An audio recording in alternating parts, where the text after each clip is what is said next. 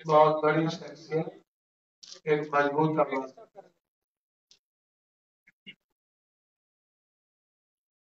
जो आजाद हिंदुस्तान के बाद बाबा साहब अम्बेडकर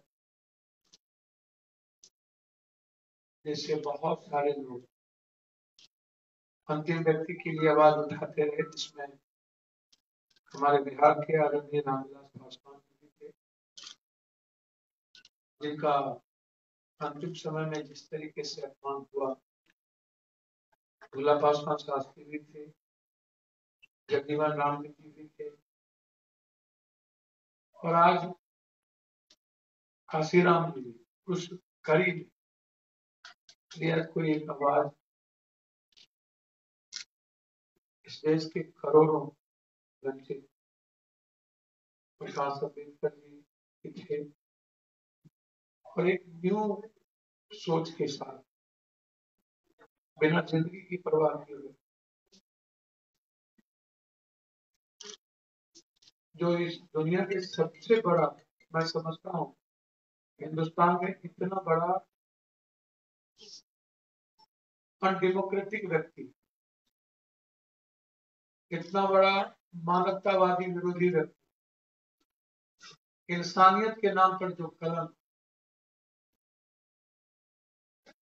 मानवता के नाम पर कलम, डेमोक्रेसी के लिए खतरा, जनतंत्र के उपरक्षक हो, उसके सामने यदि लड़ने की हिम्मत किसी ने,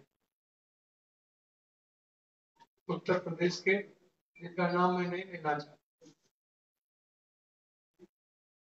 जो शुरू से ही हिंदू बाहिनी के गुंडे थे, जिन्होंने सभी जाति धर्म को तय किया, किसी एक मजहब को नहीं, किसी एक धर्म को नहीं, जातियों,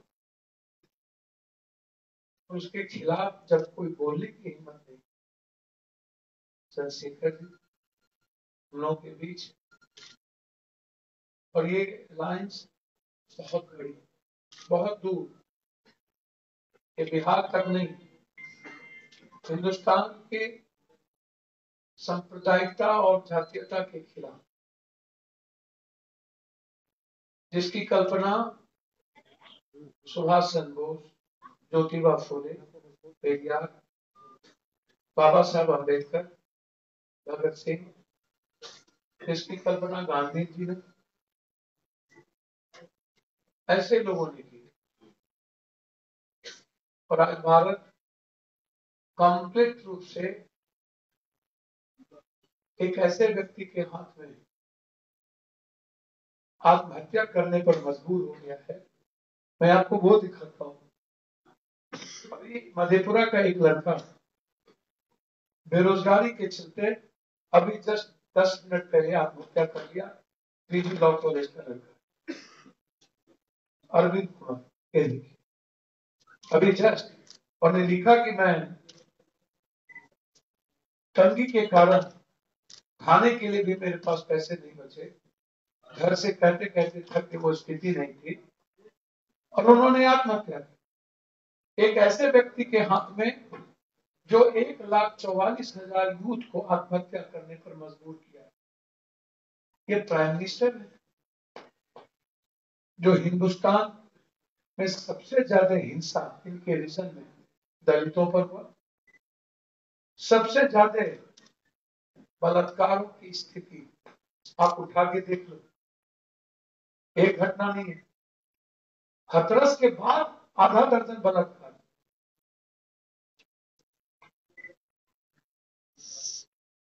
इन लोगों को हेलीकॉप्टर से घूमने के लिए फुर्सत है नेताओं को। हम और चंद्रशेखर जी और पूरी पीडीए, मैं कोशिश करूंगा कल हम लोग बक्सर, ये छोटी घटना नहीं। नीतीश कुमार जी, आप 15 साल मुख्यमंत्री रहे, 15 साल के बाद आपके पास कोई मुद्दा क्यों नहीं है? आपके पास सिर्फ लालू यादव ही मुद्दा क्यों है? आपके पास अपने किए हुए विकास का मुद्दा क्यों नहीं है? आप विशेष रात पे नहीं बोलते हैं, आप विशेष पैकेज पे नहीं बोलते हैं, आप बाढ़ पे नहीं बोलते हैं, आप पलायन पे नहीं बोलते हैं, पटना के पेरिस पर नहीं बोलते हैं, आप जंगल राज से आप राक्षस राज पे आ गए, इस पे नहीं बोलते हैं। एनसीआर की रिपोर्ट है, वर्ल्ड की सबसे ज्यादा हत्या और बलात्कार की घटना बिहार, आप इस पे नहीं बोलते हैं। नीति आयोग ने कहा सबसे ज्यादा भ्रष्टम सरकार है बिहार, आप इस पे नहीं बोलते हैं। नीति आयोग ने कहा 26वें नंबर पर है बिहार गरीबी में, आप इस पे नहीं बोलते हैं। नीति आयोग ने कहा कि सबसे धूप में 25वें नंबर पर बिहार, आप इस पे नहीं बोलते हैं। नीति आयोग ने कहा कि सबसे ज्यादा एजुकेशन और हेल्थ कहीं कोलैप्स किया है, वो है बिहार, आप इस पे नहीं बोलते हैं। नीति आयोग की रिपोर्ट में सबसे ज्यादा बेरोजगार यदि कोई हिंदुस्तान में हुआ है, वो है बिहार, आप इस पे नहीं बोलते हैं। आप मजदूर आए और उसके बाद स्किल देने की बात आपने की और फिर वो सारा मजदूर रोते हुए बाहर चला गया, आप इस पे नहीं बोलते हैं। आप जनधन योजना पे घोटाला पे नहीं बोलते हैं, आप सात घोटाले पे नहीं बोलते हैं, आप नहीं बोलते हैं 24,000 करोड़ की हरियाली यात्रा के घोटाले, आप नहीं बोलते हैं 7 निश्चय के घोटाले पर जो आपका घटक दल कहता है कि मैं जाऊंगा, वो केंद्र में घटक दल है अभी तक, और वो उस पर बीजेपी एक बार भी नहीं कहा कि 7 निश्चय सही है। क्या कारण है कि बीजेपी नहीं बोलती है 7 निश्चय सही है? जब आप 7 निश्चय 2 आप अनाउंस कर रहे थे तो बीजेपी आपके अलायंस पार्टनर जो है आपके साथ नहीं था, आपका अकेला 7 निश्चय 2 है, बीजेपी आपके साथ खड़ी नहीं है, बीजेपी एलजेपी के साथ खड़ी है। जो बात वो एलजेपी कह रही है उसको ना तो बीजेपी ने कहा नहीं, इसका मतलब है कि 7 निश्चय आपका कंप्लीट रूप से कोलैप्स है, आप इसमें कोई चर्चा नहीं करते। आप चर्चा बार आपने कहां से कहां पहुंचा दिया, इस पर कोई चर्चा नहीं करते। आप किस बात पे चर्चा करना चाहिए? नियोजित शिक्षक पे, टोला मित्र पे, न्याय मित्र पे, विकास मित्र पे, ममता पे, संविदा पे, मानव बल पे, किस पर चर्चा करना चाहेंगे नीतीश जी? हम आपको स्वीकार करते हैं, आप श्वेत पत्र जारी करें, आप हमको बिहार में एक भी 6 लेन दिखा रहे हैं, हिंदुस्तान के सभी स्टेट में 6 लेन है, बिहार में एक भी 6 लेन और 8 लेन नहीं। आप दिखाओ नीतीश जी, इंटायर एनएच पर चलने की स्थिति नहीं है। ये तो मनमोहन सिंह जी के समय की देन है कि कुछ एनएच बन गई। मनमोहन सिंह के बाद आप एक एनएच का नाम लो कि आपने पूर्ण किया, और गडकरी जी का वो बयान में लेके आया जिसमें उन्होंने कहा था कि बिहार में डेवलपमेंट की कोई मंशा नहीं है, इसलिए मैं पैसा वापस ले लूं, और टोटल पैसा गडकरी जी एनएच का आपसे वापस ले लिया और आप लौट के आ गए थे। ये बयान है गडकरी जी का और मेरे मधेपुरा में बयान है, आप उस पर चर्चा नहीं करते। खुद नीतीश कुमार जी, आपने सुप्रीम कोर्ट में एफिडेविट दिया है, खुद सुप्रीम कोर्ट में, कि मेरे पास डॉक्टर की कमी है, मेरे पास आईसीयू नहीं है, मेरे पास ऑक्सीजन नहीं है, वेंटिलेटर नहीं है, मेरे पास एमआरआई सीटी स्कैन लैब और टेक्नीशियन 70% नहीं है। 15 साल के बाद आपके पास टेक्नीशियन, लैब, वो वेंटिलेटर, आईसीयू रूम जिस बिहार में ना हो, वो नीतीश जी आपके पास मुद्दा, सुशांत जी मुद्दा क्यों गायब हो गए? बोलो ना, आपके पास मुद्दा रघुवंश सिंह क्यों गायब हो गए? किसको टिकट दिए नीतीश कुमार? शेल्टर हाउस के अभियुक्त मंजूबर बाबू, शेल्टर हाउस के नायक हैं नीतीश कुमार के मंत्रिमंडल। मैं इंक्वायरी चाहता हूं सीबीआई, मैं नरूला बलात्कार केस का हाईकोर्ट के आधारित कौन कौन नरूला बलात्कार केस के अभियुक्त हैं, यदि मेरी सरकार बनी तो 6 महीने के अंदर हाई कोर्ट या से आग्रह करेंगे कि उसकी मॉनिटरिंग के साथ मुजफ्फरपुर नौरंगा बलात्कार केस की मॉनिटरिंग। मैं जानता हूं उस मासूम बच्ची के साथ दरिंदगी करके मारा गया एक व्यक्ति, उसमें नहीं 7 व्यक्ति बन, जो आज एक प्रतिनिधि भी है, जो बड़े पदाधिकारी भी थे, बहुत सारे लोग उसमें इन्वॉल्व। मैं सवाल वहां पर है, आप शेल्टर हाउस पर नहीं बोलते, आप किस पर बोलेंगे? आप पटना के घोटाले पर नहीं बोलते, आप टाल और दियारा पर नहीं बोलते। 14,500 करोड़ रुपया आप टाल दियारा पर बोले खर्च किए, उसका सेट पर जारी करिए। ये पीडीए प्रोग्रेसिव डेमोक्रेटिक अलायंस एक बड़ी बिहार की आवाज है। ये आवाज है बेटियों की आजादी।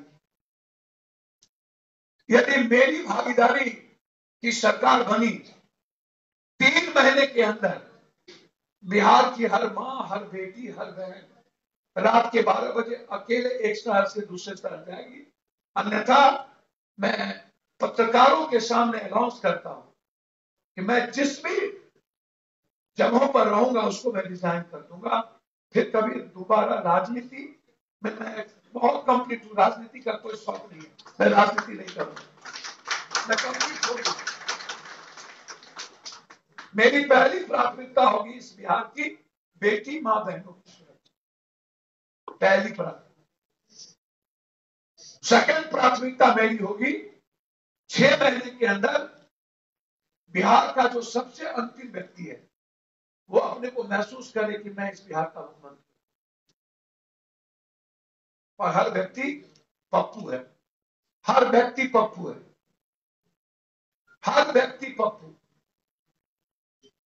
हर व्यक्ति पीडीए का हिस्सा, हर व्यक्ति चंद्रशेखर है। ये मैं आपको एहसास कराऊं। साथ साथ 6 महीने के अंदर किसी भी जेब से 1 रुपया नेता से लेकर के पदाधिकारी तक की नजर हुई तो समझना मेरा बिजनेस है। 1 भी रुपया किसी भी बिहारियों के जेब से मैं निकलने नहीं दूंगा, वो सेव करूंगा। चाहे वो कर्मचारी भवन हो, चाहे सीओ हो, डीसीएलआर हो, चाहे डीएम हो, चाहे नेता हो, चाहे पदाधिकारी हो, मैं दर निकाल दूंगा हर 13 करोड़ बिहारियों के भीतर से कि वो किसी भी तरह का असुरक्षा की भावना महसूस करे। मैं तो चैलेंज के साथ स्वीकार करता हूं कि 2 साल के अंदर बिहार का पलायन 2 साल के अंदर न रुका, तब आप हमसे कहना रिजाइन करने के लिए। 2 साल के अंदर दुनिया का सबसे खूबसूरत स्कूल सरकारी और सबसे खूबसूरत अस्पताल सरकारी होगा, तब आप हमसे पूछें। मैं कंप्लीट रूप से टैक्सेस फ्री करूंगा दुनिया को लाने के लिए बिहार, और जो टैक्स भारत सरकार को देना पड़ेगा वो बिहार के जीएसटी से मैं उसकी भरपाई करूंगा, लेकिन एक भी फैक्ट्री पर टैक्सेस को मैं यहां लागू नहीं करूंगा, मैं उसको लाऊंगा, जीएसटी से मेरी भरपाई होगी। गवर्नमेंट को पता है कि क्या करना है, लेकिन नियत नहीं है। पर्यटन विभाग से 4 करोड़ रोजगार दे सकते हैं, नियत नहीं है। फूड प्रोसेसिंग को हम मक्का पर आधारित कोसी सीमांचल को बदल सकते हैं, शाहबाद के धान को बदल सकते हैं, मिथिला के मखान को बदल सकते हैं, मिथिला और कोसी सीमांचल के मांस को बदल सकते हैं, फिश बॉल बनाएंगे, मगध के पान की जिंदगी और मगध के पर्यटन से हम दुनिया बदल सकते हैं, केला और लीची से बदल सकते हैं, जूट और गन्ना से हम जिंदगी बदल सकते हैं। और जो बिहारी पूरे भारत और दुनिया को बनाता है और पैदल चल के बिहार आता है तो दुनिया में किसी की ताकत नहीं है, उस बिहारी से एशिया का नंबर 1 बिहार बना सकता है। ये क्षमता है बिहारियों के भीतर। यही बिहार को इन 30 सालों में इन लोगों ने किसानों की जिंदगी को तबाह कर दी। 8 करोड़ 32 लाख किसान है, 13 करोड़। इनके पास एक भी गोदाम नहीं है, बाजार समिति खत्म हो गई, कोऑपरेटिव सिस्टम खत्म हो गया, मंडी नहीं बची। एशिया की सबसे बड़ी मंडी गुलाबाग, इस दूसरी सबसे बड़ी मंडी पटना की बाजार समिति, और दोनों भाइयों ने मिलकर समाप्त कर दिया। 1 साल के अंदर हर अनुमंडल पर सरकारी शीतल गृह होगा और हर ब्लॉक पर बड़ा गोदाम होगा जो मिडिल क्लास के किसानों की संपत्ति रखने की व्यवस्था हो। आपने कुछ नहीं किया। मात्र 12% लोगों को रोजगार है बिहार में, मात्र 12%। नीतीश कुमार, आप ये क्यों नहीं बोलते हैं? 44,000 पर कैपिटा इनकम है बिहार का, मात्र 2,02,800 महीना का इनकम है एक व्यक्ति का, और भारत का इनकम है 99,373, और हरियाणा का इनकम है 2,64,000 एक व्यक्ति सालाना। अब जरा आप बताओ हमको कि बिहार कहां है नीतीश जी? 2,800 मेरी औकात है, आपने औकात बताई थी दोनों भाइयों ने, और उसके बाद जात पात करते हो, और फिर बीजेपी की भाषा जिस तरीके से निकलने लगी ये बहुत ही गलत है। कल एक मंत्री ने बहुत गलत बयान दिया। मंत्री जी, आप अपने प्राइम मिनिस्टर से पूछिए कि 1,64,000 करोड़ का जो बिहार का पैसा था वो क्यों नहीं थी। आप इस पे बात कीजिए। आप अपने प्राइम मिनिस्टर से पूछिए कि नीतीश कुमार आपसे पटना यूनिवर्सिटी का सेंट्रल यूनिवर्सिटी मांग किया था, वो क्यों नहीं थी। आप अपने प्राइम मिनिस्टर से पूछिए कि स्मार्ट सिटी का क्या हुआ। आप अपने प्राइम मिनिस्टर से पूछिए कि प्रधानमंत्री आदर्श ग्राम बनारस में कोई बनी कि नहीं, बिहार को छोड़ दीजिए। आप अपने प्राइम मिनिस्टर से पूछिए कि गंगा नमामि मिशन का क्या हुआ। आप अपने प्राइम मिनिस्टर से पूछिए कि 21,000 करोड़ रुपया बिहार के बाढ़ की पैसे की घोषणा की, वो क्या हुआ। आप अपने प्राइम मिनिस्टर से पूछिए कि बिहार जानना चाहता है कि क्या बिहार के मजदूरों पर जो लाठी गोली चलाई गई और उसको 1 रुपया आपने नहीं दी, और आपने मजदूरों के एक्ट को समाप्त कर दिया अध्यादेश ला करके, क्यों एक्ट ला? आप अपने प्राइम मिनिस्टर से पूछिए क्या भारत का दलित, वंचित, पिछड़ा, अत्यंत पिछड़ा क्या अब एजुकेशन नहीं देगा आपके इस एजुकेशन सिस्टम से? ये आप प्राइम मिनिस्टर से पूछिए। आप प्राइम मिनिस्टर से पूछिए कि भारत का किसान एमएसपी का न्यूनतम, आप मंडी पर बात नहीं किए, लेकिन आपने एक बाजार खड़ा कर दिया और उस बाजार का मालिक बना दिया अंबानी अदानी को, और किसान को समाप्त कर दिया, आत्महत्या कर रहा है, उस पर पूछिए। आप कश्मीर और पाकिस्तान की बात अब बंद करिए करना। नीतीश कुमार जी, आप लालू यादव का डर दिखाना ऊंची जात को बंद करिए। ऊंची जात को जितना आपने पैर के तले रोना है, और आपने अपनी आज तक उतना अपमान तो किसी ने नहीं किया जितना अपमान राजनीतिक सामाजिक रूप से ऊंची जात का आपने किया। और लालू यादव जी, आपके जो घटक हैं, मुसलमानों को डर दिखाना बंद कीजिए। मुसलमान और दलित इस दुनिया में किसी से नहीं करता, ये याद रखना। वर्ल्ड की हिस्ट्री है, दलित और मुसलमानों के नाम पर अपनी दुकान बंद करिए। आप ये बताइए कि चिमकी बुखार में कहां थे दोनों। आप ये बताइए कि शेल्टर हाउस में कहां थे। आप ये बताइए कि पटना के बाढ़ में कहां थे।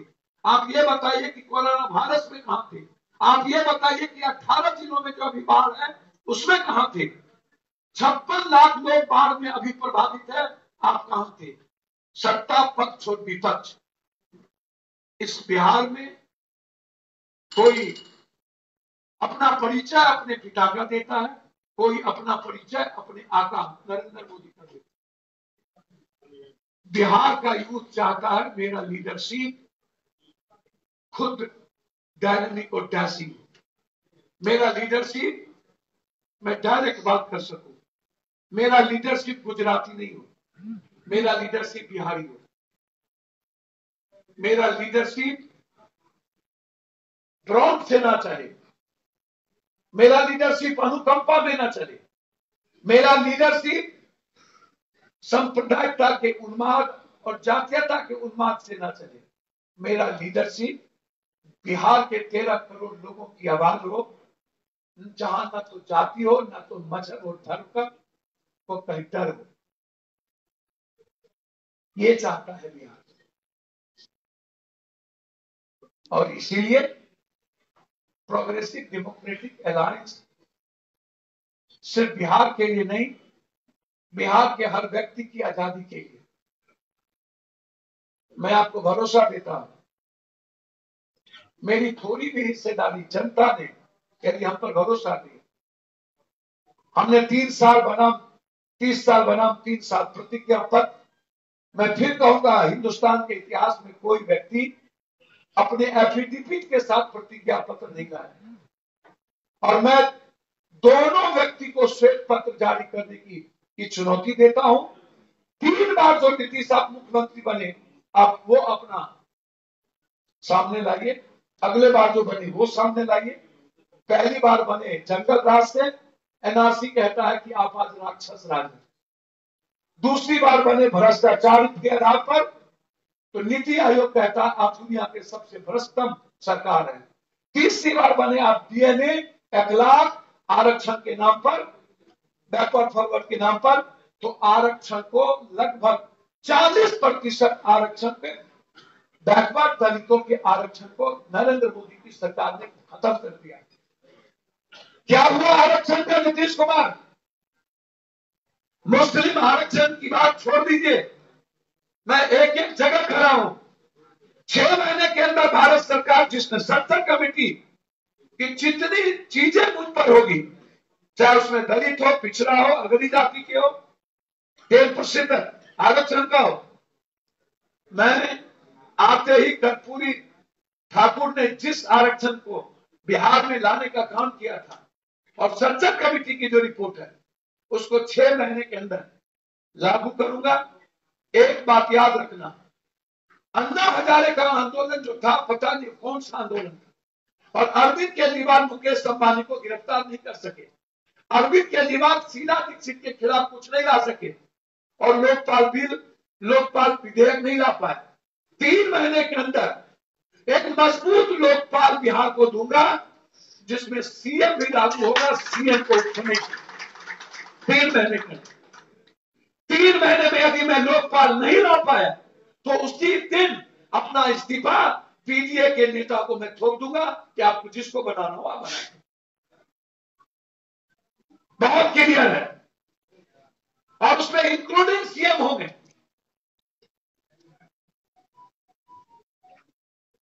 Including CM. किसने क्या किया मैं नहीं जानता हूं, मैं क्या करूंगा, पीडीए क्या करेगी, उस पर बहुत क्लियर है। इसको मैं बिहार की जनता से अपील करता हूं, एक सेवक के रूप में और एक बेटे के रूप में, एक बिहारी के रूप में, मानवतावादी बिहार बनाने के लिए, जातिवाद और संप्रदायवाद को समाप्त करने के लिए, और एक रोजगार बिहार, सुरक्षित बिहार, आजाद बिहार, मुस्कुराहट का एक पथ का बिहार, उस बिहार के लिए आप पीडीए को समर्थन दें। मैं अपने नेता जो यहां बैठे हैं सभी, उनसे मैं आग्रह करूंगा, आपका सहयोग हमें चाहिए।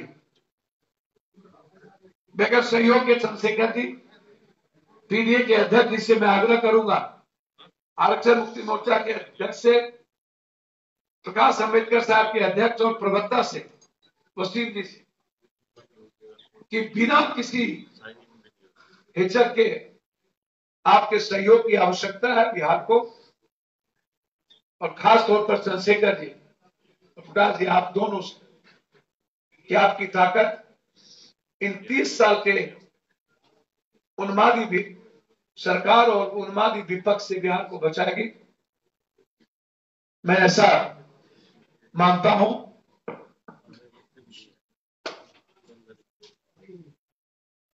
मैं कुछ पूछना हो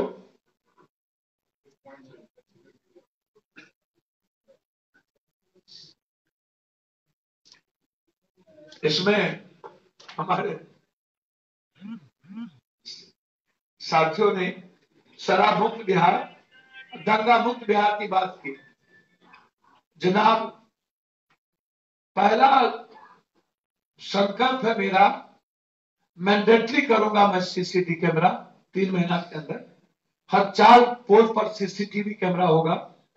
पदाधिकारी और नेता और ठेकेदार के घरों के चारों तरफ, ऑफिस के भीतर सीसीटीवी कैमरा होगा। बाजार में मैंडेटरी होगा। 4 महीने की उसकी वैलिडिटी डेट होगी सीसीटीवी कैमरा की। किसी को भी बाजार में सरकार जब भी 4 महीने के अंदर चाहेगी उसको देना होगा। सीसीटीवी कैमरा के अंदर कोई भी व्यक्ति के हाथ में पत्थर, वो पप्पू यादव का बेटा क्यों ना हो, जातियों को भड़काने वाला क्यों ना हो, या किसी हिंदू मुसलमान या सिख ईसाई के राइट में कोई नेता बनना क्यों नहीं चाहता, 3 महीना के अंदर उस पर चार्जशीट होगा उस पत्थर पर भड़काने वाला। और बिहार सरकार सबसे पहले उस भड़काने वाले और दंगा पैदा करने वाले और अपराधियों का वोटर लिस्ट से उसका नाम खत्म कर देगा, ताकि पंचायती राज में वो भाग न ले सके। साथ साथ बिहार सरकार के हर सुविधा से उस परिवार को मैं वंचित कर दूंगा। बिजली, पानी, राशन कार्ड, आधार कार्ड जो दंगा में होगा और जातीय उन्माद में होगा, वो नेता प्रभोग करता है। जातीय दंगा और धार्मिक दंगा का कोई कंप्रोमाइज पीडीए नहीं करेगी। मैं इसका पहले ही मैं दे चुका हूं अपने मैनिफेस्टो में, प्रतिज्ञा पत्र में। अध्यक्ष जी, 6 महीने में आपको हर जगह सीसीटीवी कैमरा मिलेगा और कोई कंप्रोमाइज दंगा के परिवार के साथ नहीं होगा। हम कोई बैंकिंग सुविधा और बिजली, पानी और टैक्स नहीं देंगे हम इस परिवार को। हमें किसी पर गोली चलाने की जरूरत नहीं पड़ेगी, हमारे पास बहुत कानून है। दुबई में क्यों रोड पर पुलिस नहीं होती, सिर्फ पेट्रोल पंप पर पुलिस होता है? क्या कारण है कि दुबई के हर लोग आजाद है? क्या बिहार नहीं हो सकता? की तरह बिहार नहीं हो सकता? इच्छा शक्ति और नेताओं की नियत की कमी थी, और पीडीए की इच्छा शक्ति नियत बिहारी है, और बिहार एशिया का नंबर 1 बिहार का बनाने का है। बहुत बहुत धन्यवाद। आपको कुछ पूछना तो आप पूछिए। आपने कहा था कि 7 डिप्टी सीएम होंगे हर समाज से। 1 मिनट, अभी चंद्रशेखर जी पहले कुछ कहेंगे, उसके बाद सवाल देंगे। उसके बाद सवाल चंद्रशेखर जी कुछ बोलेंगे, तब आप हमसे सवाल लेंगे। देखिए, आज 14 अक्टूबर है और 14 अक्टूबर 1956 को परम पूज्य बाबा साहब अम्बेडकर ने बौद्ध धर्म की शिक्षा ली थी, परिवर्तन की शुरुआत की थी। आज से बिहार में भी हम लोग परिवर्तन की शुरुआत कर रहे हैं, इसलिए पीडीए का जो मुख्यमंत्री का चेहरा है उसकी घोषणा की गई है। दूसरा, 2 मामले बहुत जरूरी हैं जो मुझे आपसे कहने हैं। पहला तो बक्सर का है। हमारे पीडीए के जो फेस हैं, चेहरे हैं, उन्होंने ये बात रखी पप्पू भाई ने कि कल हमारा एक जो है प्रतिनिधि मंडल जो है बक्सर जाएगा, लेकिन बहन बेटियां सुरक्षित नहीं है। यूपी की तरह बिहार में भी कानून का राज नहीं है, जंगल राज चल रहा है। एक बड़ा मामला मोतिहारी में हुआ है, मीडिया के लोग यहाँ हैं, वहां हॉस्टल पर जो है कुछ लोगों ने जाके जो है गोलियां चलाई हैं, मारपीट की है बच्चों के साथ। असुरक्षा की भावना एक बड़ी यहाँ दलितों में, मुसलमानों में, बैकवर्ड के लोगों में और गरीबों में है। मुझे पूर्ण उम्मीद है कि इस गुंडागर्दी का भी अंत जो है पीडीए के आने पे होगा। अगर कोई ये सोच बैठा है कि वो यहाँ गुंडागर्दी कर लेगा, गरीबों को सता लेगा, तो ये भ्रम को अपने दिमाग से निकाले। लोकतांत्रिक भारत है, लोकतांत्रिक बिहार है, और एक लोकतांत्रिक सरकार जो है आने वाली है पीडीए की। बिहार में मैं पप्पू जी को और पीडीए के सभी नेताओं को यह कहना चाहता हूं कि वो अपना ज्यादा से ज्यादा समय यहाँ देंगे। हमसे रिक्वेस्ट करने की जरूरत नहीं, हम पीडीए को बहुत मजबूत करेंगे और यहाँ पीडीए की सरकार बनाने में एक बड़ा रोल अदा करेंगे और विश्वास दिलाते हैं कि बिहार के गरीबों को अब सोचने की जरूरत नहीं पड़ेगी। उनके लिए सोचने के लिए उनके परिवार के लोग यहाँ हैं और उनकी लड़ाई को बहुत मजबूती से लड़ी जाएगी। उनके हर मुद्दे पर बात होगी, चाहे वो गरीब हो, दलित हो, पिछड़ा हो, मुसलमान हो, उनकी सुरक्षा से लेके उनके अधिकारों की बात मजबूती से रखी जाएगी। धन्यवाद।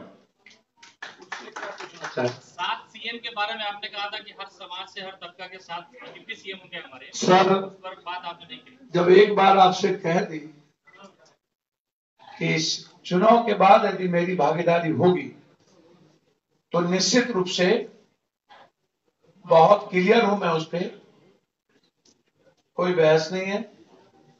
माइनॉरिटीज से, ऊंची जात से तो, अत्यंत पिछड़े से तो, दलित से तो होंगे। मैंने तो पहले ही कहा था कि भाई कोई आए। अब नीतीश जी बीजेपी को हराने में लगे हैं और बीजेपी नीतीश को हराने में। अब ये दोनों गठबंधन, चुनाव के बाद कौन सा नया गठबंधन होगा ये तो अमित शाह जी बताएंगे, कौन मुख्यमंत्री होंगे। मैं तो हमेशा कांग्रेस को कहा कि आप ले आओ मीरा कुमार को, आप ले आओ, चिराग जिसको लाना हो। मैंने चिराग जी से भी कहा, मैं कहां कभी पीछे आता। मैं तो उपेंद्र कुशवाहा को जी को साफ शब्दों में कहा। अब उनकी, इन लोगों की का कोई मतलब क्या समझ में नहीं आता। मैं तो आज भी कह रहा हूं कि बिहार बचाने के लिए जसवंत सिन्हा जी से मैं निकल रहा कि आपके सहयोग की जरूरत है। जो भी सहयोग देंगे और हमारे पीडीए के नेताओं ने सीएम बनाने का जो घोषणा किया है, ये तो मुझे समझ में नहीं आया। मैं इनका स्वागत करता हूं अपने नेताओं के जज्बात का, लेकिन भरोसा रखिए कि जो बात मेरी जुबान से निकली हुई है और जो बात चंद्रशेखर जी ने कहा कि किसी भी कीमत पर, किसी भी जाति धर्म वर्गों पर गुंडाई बर्दाश्त नहीं होगी और खास तौर पर गरीबों, कमजोरों और वंचितों पर। तो ये आप ब्रह्म सत्य समझिएगा। मेरी एक साफ घोषणा है, हम सरकार में आएंगे, भागीदारी हो चाहे सरकार में आए, हमारा हिस्सा माइनॉरिटी और अग्रणी जाति मजबूती के साथ। और कुछ पप्पू जी, आपने महिलाओं की बात की, लेकिन अगली सब में, अगली लाइन में एक भी महिला नहीं। आपको आश्चर्य होगा, पुराने मानिएगा, जो मैंने आपको लिस्ट दी है महिलाओं को, जो मैंने लिस्ट दिया है विधानसभा के सबसे ज्यादा महिलाएं और रिस्पेक्टेड महिलाओं को हमने टिकट दिया है। शायद आश्चर्य होगा आपको, आप लिस्ट देखेंगे तो इतने ज्यादा महिलाएं, doctor, engineer, professor Savita Singh, Devkant Thakur अत्यंत पिछड़ा लोरिया, डॉक्टर अजमेरी, डॉक्टर शहनाज, रानी चौबे, मैं नाम गिनाना शुरू करूंगा तो आपको आश्चर्य होगा कि इतने सशक्तिकरण शायद भाजपा ने नहीं दिखाई। धन्यवाद, मैं अपनी बात समाप्त करता हूं।